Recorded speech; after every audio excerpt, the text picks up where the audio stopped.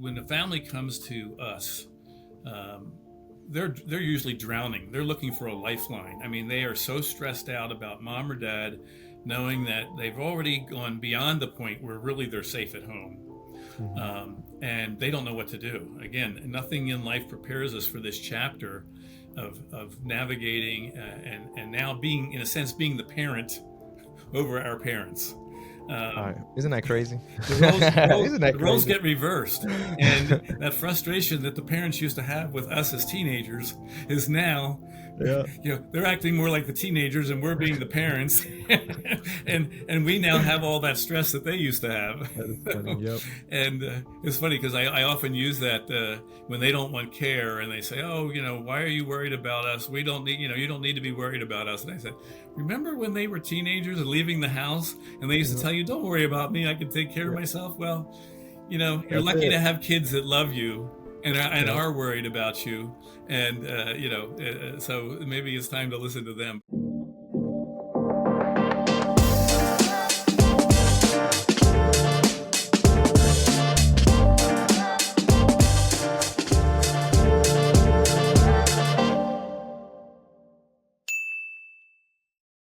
Welcome back to another episode here on the Hart Hustle podcast.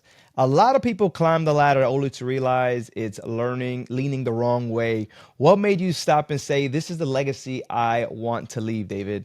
Last time I spoke to you, you were just so excited and just talked about the legacy. And I think it's really important when people talk about the legacy they leave in the nonprofit because it's always about giving. What does that mean to you? Well, there's a difference between being in the corporate world to serve yourself and your career. Hmm. Some usually disguised as serving your family, but so many of us are really, even though we know we're serving our family, it's sort of serving our own egos and climbing the corporate ladder or whatever you kind of view as your form of success, whether it's monetary or material acquisition or whatever. But when you really transition, if it's within you to transition to wanting to help people and truly help people, not just as a kind of a abstract thought, but really impact people's lives in a positive way, I think that's when if you're lucky, you make that transition into a different attitude toward what you're doing. And it permeates everything from the kind of work you're doing to the way you conduct yourself in that work and the people around you. David Wollman with us today, a seasoned executive who has made a bold pivot from corporate leadership to running a caregiving agency that's giving lives every single day. David, we definitely thank you for taking the time to really just fill our cups today. So I always say when you speak to another leader, it's filling cup, and it's not every time that you get to speak to another leader and get your cup filled. So I'm excited about today, man.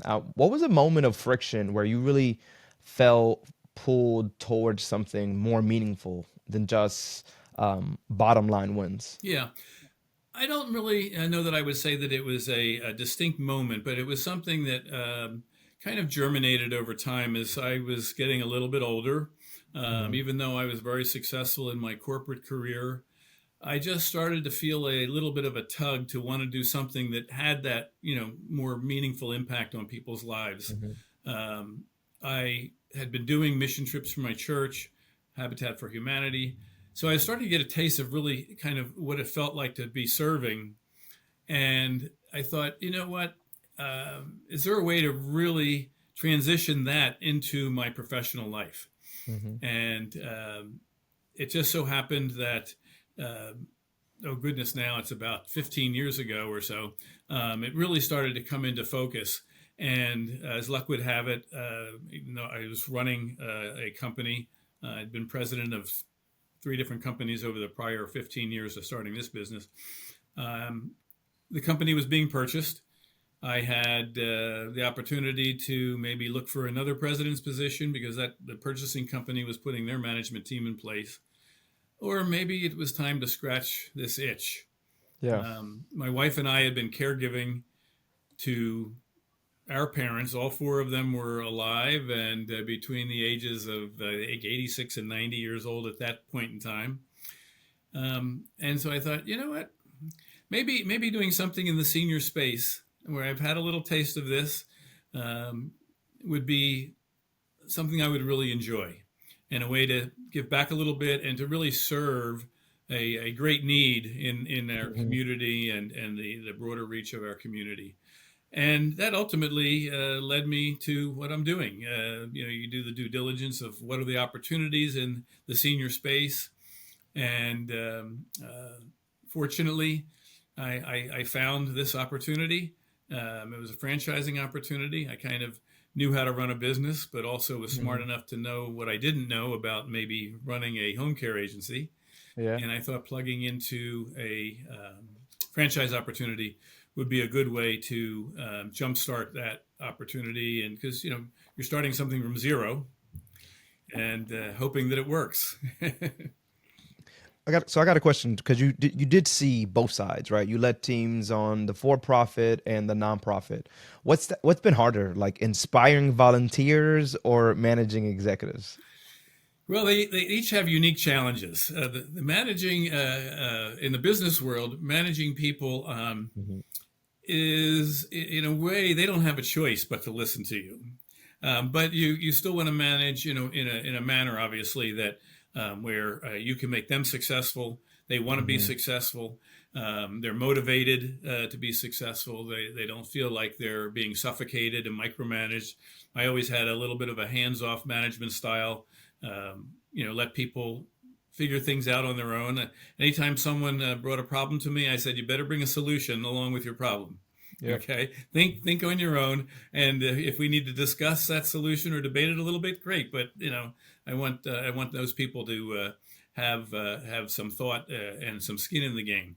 Um, when it comes to managing, not for profit, it's a really a different ball game because first of all, their pay is not dependent on their performance because there is no pay. Okay. Correct. Um, and so I think it's really, even though it's very important in the corporate world for people to know, what your mission statement is and what you're supposed to represent.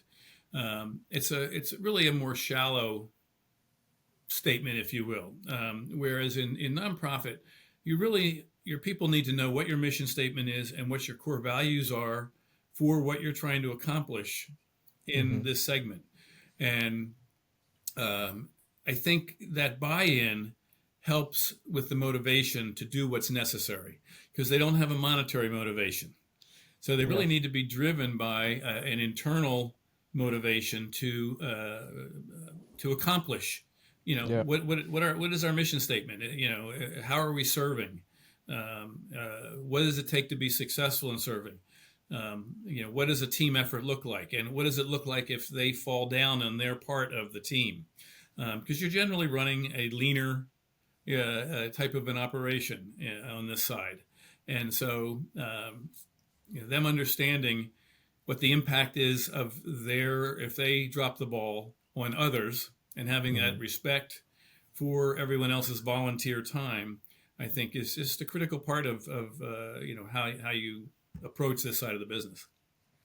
Who'd ever thought, right, that you would have to go through so much with some volunteers? But it's not easy. It's not easy on both sides, to be quite honest with you. And I think business leaders really truly underestimate how hard nonprofit work really is. Do you agree with that? Oh, absolutely, absolutely, and particularly if when you work in a nonprofit arena that maybe has a fundraising component to it. Nobody likes Hmm. asking anybody for money, Not at all. but I mean, you really need to believe in your mission, to Yep. get over that awkwardness, if you want to call it that, of fundraising, which is usually in some sort of a component in the nonprofit world. I've served Hmm. on veterans fundraising boards and um, other different kinds of nonprofit boards, and that's it's just a reality. But people have to be really proud of what we're doing, Hmm. and thus realize that it's okay, um, to solicit for support because you are proud of what you're doing and of what you're trying to accomplish. And that sort of Yeah. has to be translated when you interact with other people that may be supporters of what you're doing. Yeah, I like the. I heard from another leader said, Walmart is not going to keep telling you about or stop telling you about Black Friday, right? They're just going to keep telling you about it. Is that out of sight, out of mind in reality? Like one of the things I heard best is I remember asking someone like, hey man, why did you just, choose this person over me one time? And it says out of sight, out of mind. I really didn't realize that that's what you were doing. Right. And because people have so many different things going on. So yeah, you got to continue to, it's like building relationship. You got to continue to keep that relationship. It's not always having to ask, but maybe just reaching out and asking how you're doing or inviting them to an event, without having to ask for, something in return. How do you actually keep people locked in when the incentive isn't money though? Like it's just truly meaning, it's passion, it's really storytelling because that's what's being sold, right? The Yeah. story. Well, and it's also making sure that they see the benefit of what we're doing, Mhm. Mhm. and aren't so far removed in their maybe narrow scope of their responsibility in this process, but they actually see the effects and the benefits of what they're doing. And I think that's really important because most people, even in a nonprofit world, um, they're driven by success in some form. Mhm. And if they can see that their efforts are producing some form of success, that's giving them the personal fulfillment that they may be seeking in doing something like that. Tell us a little bit more about Touching Heart. So what is where did you guys start? Where are you guys today? Yeah.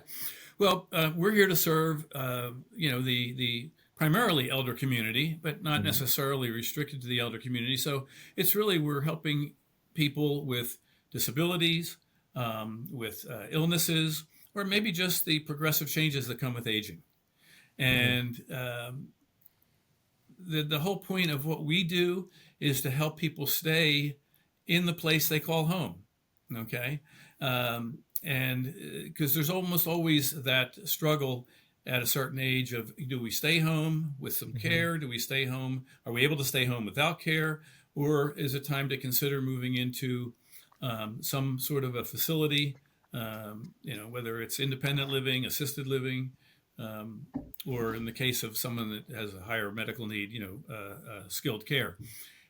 So we're all about letting people age in place. And by doing so, we not only want to preserve their quality of life, but hopefully improve their quality of life. Because a lot Mhm. of times their quality of life has already deteriorated by the time they're willing to think about somebody coming into the home and helping them. There's a lot of pride involved in someone saying, you know what, I recognize I need help. And there's often a struggle between the adult children in the family and the parents. Parents don't want a stranger in their home. They don't want to acknowledge that they need help. It's sort of like, hey, I've been fine, so I will be fine. Well, Yeah. you're always fine until you're not. you Mhm. know? Until and it's too late, and that right? not is oftentimes precipitated by a fall. It's very common that I'll meet with a family and the parents are resistant to any kind of help, and the adult children are frustrated because they're very stressed out about their parents' situation. And it's like, well, Dave, there's nothing we can do right now. And then a month later, I get a call. Oh, mom or dad took a fall. Now we desperately need help, and they don't have a choice. Mhm. And it's a Yeah. shame because we specialize in dementia care and fall prevention. So it's very rare that a client would take a fall on our watch. Um, I got another question, especially in this space that you're in. AI really tapping into so many different companies at so many different levels, whether it's communicating maybe with clients, whether it's marketing. Like, what do you see AI doing for your space? yeah, Are you guys using AI? yeah. AI is really relatively new in our space, but kind of coming on fast, I guess, like Yeah. it is in so many places. From the more simplistic things of writing a care plan. The chat, the chat services that you can just say, "Hey, write me a care plan for this Hmm. kind of a condition," um, and there is a application for that, but um, it may not be as personalized as you would want it to be. But there's still, there's still some value to that. I think one of the greatest innovations has been, and I was just at a conference where there is technology now that can basically, with simply wearing a bracelet, kind of like some of the Google watches and things that will tell you, your how your heart rate's Mhm. been and how this has been and how many steps you took and how your sleep has Yeah. been. There are those for seniors now that we can put in the home, and basically it's giving us a continuum of their health status, their sleep status, um, and even if they've fallen, the alert kinds of things are great, except if you fall and hit your head and can't press the alert button. Hmm. Well, the AI version of that is it knows if you've fallen, and it can Wow. already be alerting the family, or an outfit such as ourselves, that a fall has taken place. Is there somebody there or isn't there? Um, and we can use this not only to tell us if there's a problem, but also to show us that, hey, and we can show the family when a caregiver is there, here's how your parents' life is improving. Their Hmm. activity level is higher, their sleep level is better, they're getting up less at night. So there's some great applications, and it's all about keeping the family informed of what's going on, because they can tie right into an app and see all this data coming back to them real time about their parents' situation and their environment, and it can tell them, hey, maybe we need more care. We can see where when a caregiver is there, there are healthier signals being sent to us, versus when they're not there. The sleep cycle is better. Their activity level is better. So it's really becomes a measurable of quality of life Hmm. that we didn't used to have. Hey, real quick, if you're enjoying the podcast, we first want to say thank you. And we also just want to give you a little insight of what we're up to at Francis. Some don't even realize that we're working with organizations to help them use AI to create that real human communication experiences, whether that's actually supporting your families, those patients, or the entire community. We're actually creating tech that connects. Check it out, francis.ai. Love it.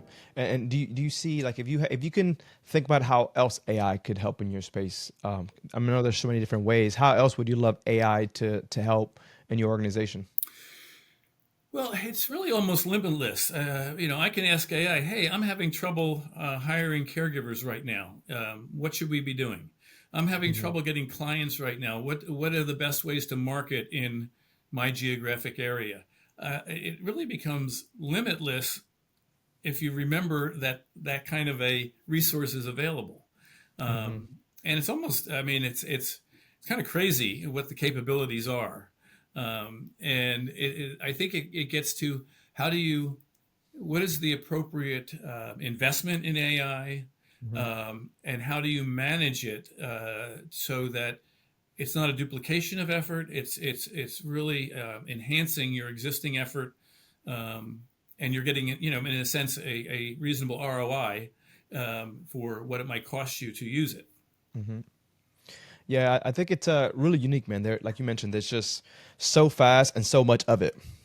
It's like what is best for me? What is best, and in your case, what is best for you? You probably don't even know that yet. You're trying to figure out where could I add some resources without ever affecting a job, Yeah, or someone's pay or anything like that. So there's so many different things that I've seen when it comes to the hospice space or the nonprofit space, or that AI, something as you mentioned, a bracelet that allows someone to understand when someone is fallen. I think it's crazy yeah. that we're in this space. It's pretty cool though. I was talking to someone else where autistic kids can now live on their own, and they have AI tools that allows them to alert them when maybe they left the fridge open or the stove's been on for too long, or so it's just cool how AI is really kind of helping us live, at all levels. So it's pretty cool. If you can actually have like a chat bot on your website that could possibly maybe direct or provide information, what does that look like, if even needed, on your website? Well, I think one of the big questions that families often have is, let's say, how to deal with dementia. Mm, It is such an unknown for most families. I mean, you don't grow up learning about dementia and all the different kinds of dementia, and how do you treat somebody with dementia? How do you interact mhm, with them? when you've gone through a lifetime of a relationship, and now that relationship is kind of, in essence, can be gone. And how do you navigate that and manage that? And there are really so many different kinds of dementia. So kind of a Q&A that where they could be getting questions answered about dementia, I think would be awesome. I mean, Yeah. really a great thing. And then, secondarily, there are all of the other unknowns that usually come from my personal interaction with them and answering questions when we get a call, as Yeah. opposed to just on the website. In our industry, if you want to call it an industry, or the segment that we deal in, it's still a very personal kind of relationship that Hmm. is needed for a family to feel comfortable that their parent is going to be safe, healthy, and happy, and that they can trust someone else with that. Yeah. Um, so we have to be careful how we navigate sort of some of the at arm's length information, okay, or interaction, because it's very important for us to, in a very early phase of a family looking for information, that we start to cultivate a personal relationship with them. So the whole technology thing is important, Hmm. but it has to be balanced with that their need to feel that personal connection and not feel that a little bit, oh, this is just a technology driven impersonal situation. So that's one of the challenges we have in integrating Hmm. AI or kind of more modern aspects of information. I like that. Eh, with you, Dave, you've had the titles, you've had the wins, but what part of you felt empty, and how did caregiving and getting into this space really just fill that void that maybe was missing? Well, I mean, I have to say that that as I mentioned earlier, that need to really want to have personal impact on people's lives. Um, this has fulfilled that, and one of the ways it does is, when a family comes to us, um, they're usually drowning. They're looking for a lifeline. I mean, they are so stressed out about mom or dad, knowing that they've already gone beyond the point where really they're safe at home, Hmm. and they don't know what to do. Again, nothing in life prepares us for this chapter of navigating and now being, in a sense, being the parent over our parents. Um, Isn't that crazy? the roles the roles Isn't that the roles crazy? get reversed, and that frustration that the parents used to have with us as teenagers is now, Yeah. they're acting more like the teenagers and we're being the parents, and we now have all that stress that they used to have. That is funny. Yep. And it's funny because I often use that when they don't want care and they say, oh, why are you worried about us? We don't need, you don't need to be worried about us. And I said, remember when they were teenagers and leaving the house and they used to Yep. tell you, don't worry about me, I can take care of Yeah. myself? Well, you're That's lucky to it. have kids that love you and Yep. are worried about you. And, so maybe it's time to listen to them. But, that ability to help people when they really are desperately need it. And there's a very tangible um, result, when even in my early conversations with a stressed out adult child about their parents, when they, by the time we get off the phone, they are like, "Oh gosh, thank you. I mean, this has been so helpful. Even if I can't get my parents to, Hmm. accept help, talking with you has really, really helped." And it's like, that just makes me feel great. That I've really had that kind of an impact on somebody's life to take stress off of them. And I just love that. I mean, it's an awesome feeling, and it's what makes me get up every day and say, hey, I don't care how old I am. Why would I want to stop providing this kind of help to people? You know what it is I think it's amazing that you got to do it, but I think a lot of leaders just kind of feel stuck and scared to pivot at times, right? When you've been doing something for so long and you do feel there's something that is needed, but you just again scared to take that leap. What would you say to the old version of yourself sitting in that office chair wondering, is this it? Yeah. Well, first of all, you really do need something inside you that's burning and saying, I really there is a hole, Hmm. and having a serious desire to fill that hole, because without that, it's pretty hard to just go jump into the deep end of a pool and hope there's water. Okay. um, you've got to know your why. Yeah. Okay. And if you don't have that to drive you to take a chance, and all I would say is, you know what? My only regret in this is I didn't do it sooner. Because I mean, I enjoyed my work before, but there's a Hmm. difference between enjoying it and loving it. Okay. And that can be a pretty broad chasm. I mean, a lot of people enjoy their work, but they're also looking forward to when it's going to stop. You know, I love this, and I don't ever want it to stop. And That's so good. that's a totally different perspective. Yeah. You know. It is. Now, and you know, I hear that all the time from leaders in the nonprofit space, especially when they come from that for profit. And they'll tell you that, they ran these Fortune 500 companies, or companies were making millions and millions of dollars, of taking a huge, massive pay cut, but they still love what they do. And it's just so meaningful, in hopes that people listen to these stories like yours and make those pivots. Because I think there's so many great leaders that could really be very impactful with, because not everyone's a great leader. There's those that are really great leaders, and you tend to see them make that transition to the nonprofit space and just really flourish. And I hear it all the time. I wish I would have done it sooner. Like, this is so rewarding, because it's not about the money, right? You start to realize it's not truly about the money. It's really the lives that you can impact, and hearing those positive people, like as you mentioned, man. I feel so much better now that I spoke to you. How cool is that, Yeah. right? Just by being yourself, by sharing, knowledge, nothing too crazy, that people can kind of say that to you. Do you think there's anything that comes to mind about things that no one is really talking about when it comes to running or starting a home care agency? Well, look, like anything, there are challenges. Okay. Hmm. And a lot of people that might start a home care agency are starting it. Yes, they want to help people. They know that there's a great economic, is an economic opportunity because of the aging population.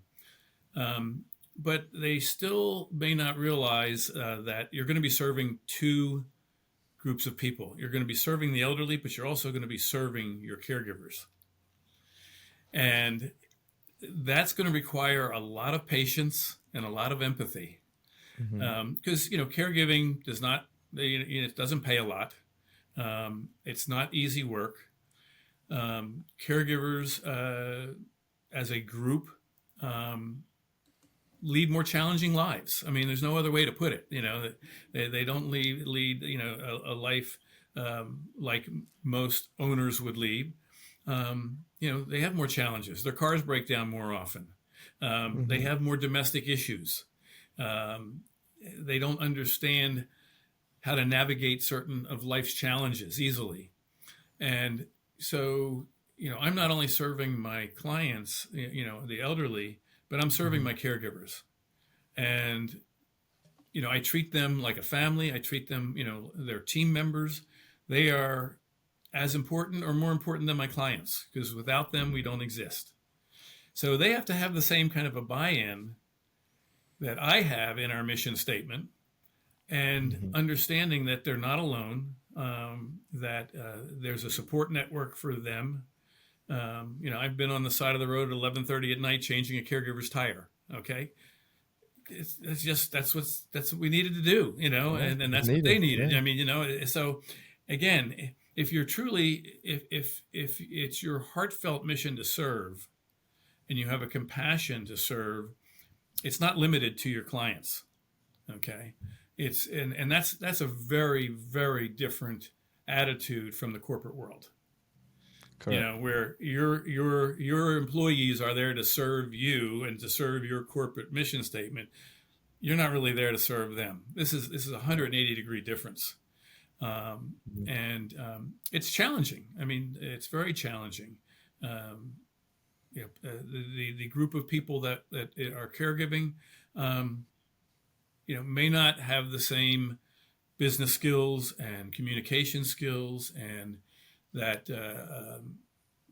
just automatic dependability, that okay, I have to show up, it's my job to show up on time and to be there. or to not let personal things get in the way. So, I mean, it's a very challenging aspect to this business.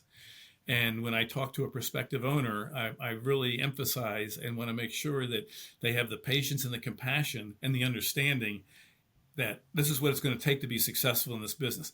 The clients are all going to come. I mean, the Yeah. aging population is going to dictate that you are going to have probably enough clients. But Hmm. if you don't have what it takes to manage your staff, you're not going to be successful. Yeah, and I'm happy that you brought that up because it's something else that tend to hear as well is that the caregivers, right, sometimes underpaid, undervalued, but for you, it's like, no, we want to make sure that they highly valued, right, Exactly. and that they understand that there's a lot of care that I provide, such as changing a tire at 11:30 at night, right? Like that shows that you care because you could easily send someone, but you personally said, "I'll go and make sure that I do it myself," because you had the capability of doing so, and it meant so much more. To see you show up at 11:30, it meant so much more, and it just shows loyalty and who you are as an individual, so people can give you back that loyalty. And again, back to that good leadership, right? That's the reason we got you here, Dave, because we knew you had great leadership skills, and this is a perfect example. I love it. I love it. Yeah, well, Do, you got to walk the walk. You can't just talk the talk, you know? there you go. Yeah, that's it. That's it. What makes you guys different at touching hearts? Different from when trust is everything. Mhm. What do you think sets you apart? Well, it actually plays into really what I was just talking about, because the turnover rate in our industry is, believe it or not, about close to 80%.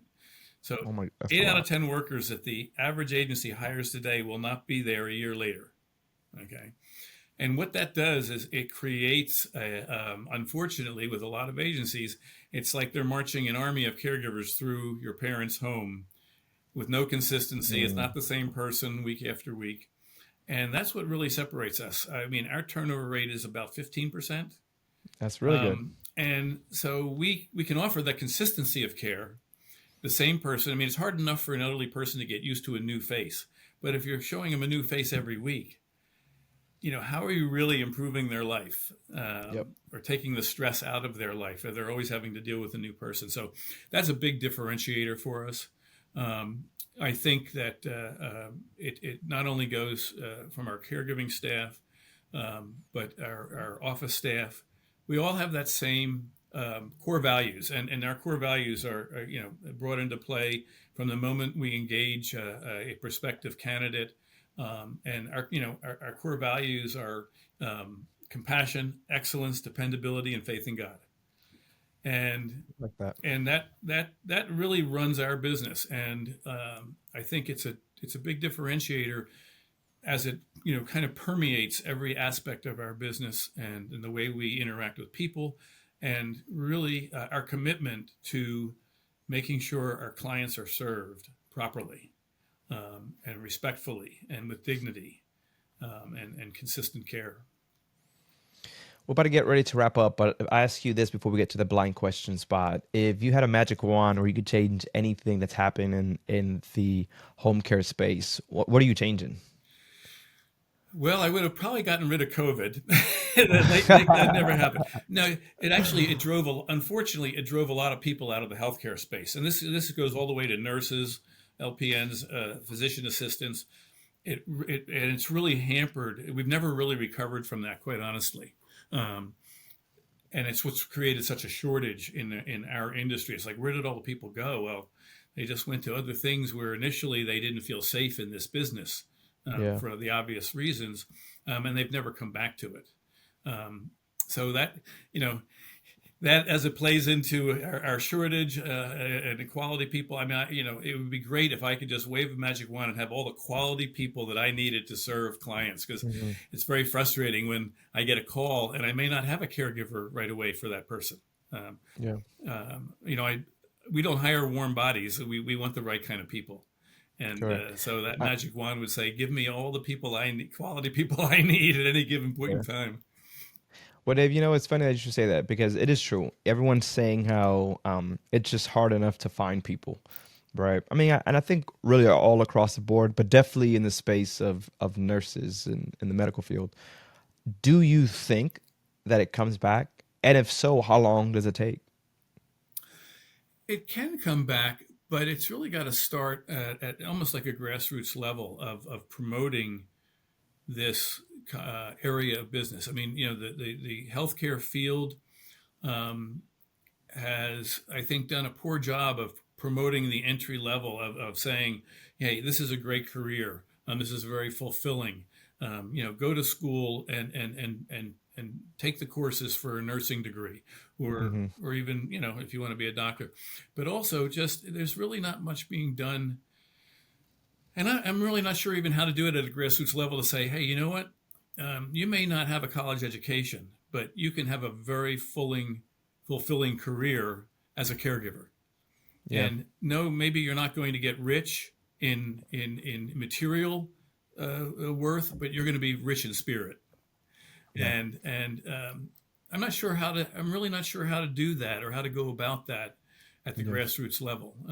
So many caregivers come into it because their mom was a caregiver or they had a friend, but there's really nothing else being done to kind of You're right. promote this.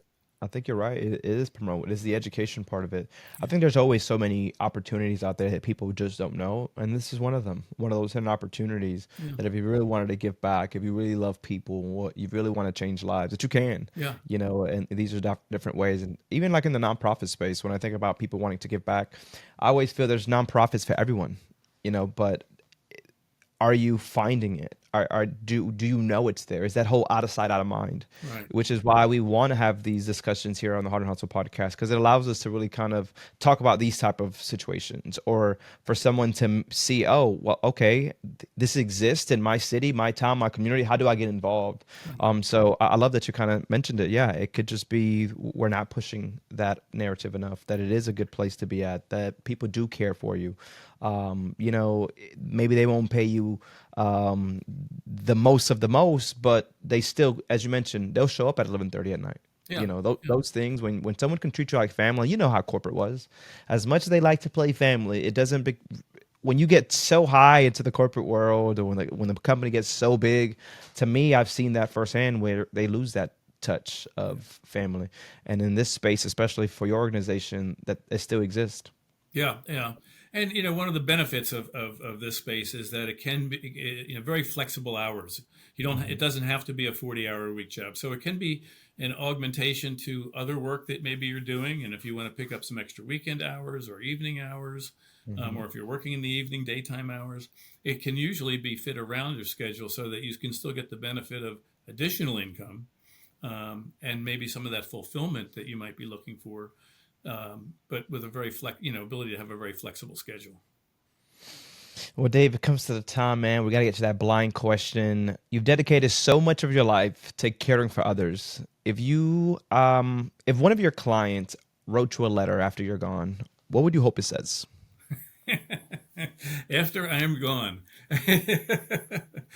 That's when the you truth know, comes out, right? you made a big difference in our lives. I mean, that sentence is really all that's needed. I mean, you I you love that. made a difference.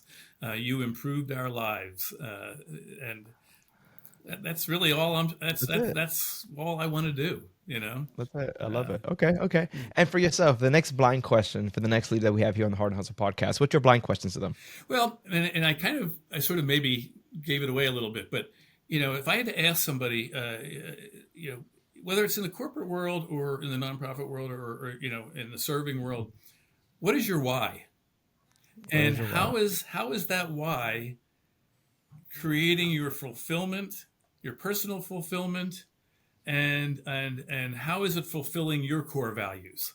Hmm. Because that's at the core of really almost anyone's happiness. If you really, when you really drill down to it, whether you're in the regular business world or not, if you don't know your why, if you're sort of muddling through because it's providing a living, okay, it's giving my family what I want, but is that really your why? Is that all there is to your why? Because that's Hmm. probably not fulfilling personally, or really what maybe your core values are within you.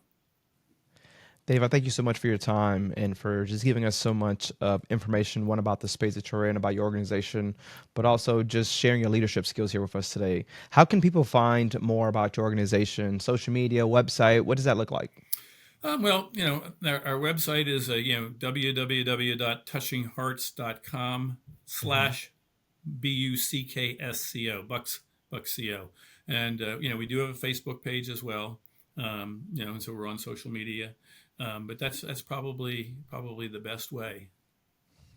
Well, I appreciate it, guys. This has been the Heart and Hustle podcast. We had Dave here as a leader today. We thank you so much. Don't forget to share, like, and subscribe. We'll catch you guys on the next episode. Talk to you later.